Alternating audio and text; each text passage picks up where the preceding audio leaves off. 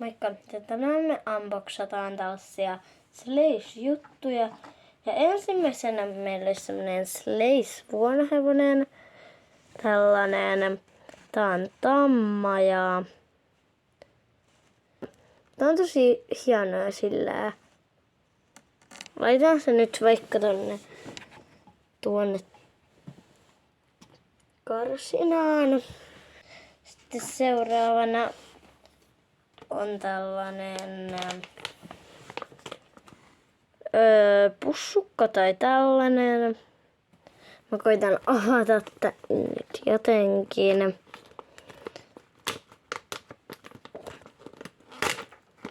Noin nyt. Se aukes.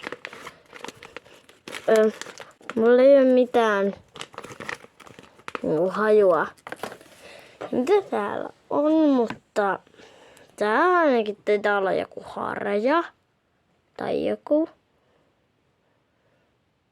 Veikkaan.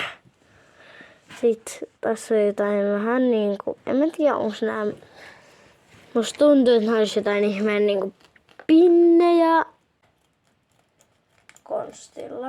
Noin, nyt se avautui ja mä saan täältä nää hiukset. Tai tän mikä onkaan harja. Tää on tällainen. Pitäisi olla suora. Tällaisia asioita me nyt tänään unboxattiin ja toivottavasti tykkäsit tästä videosta ja nähdään ensi videossa. Moikka!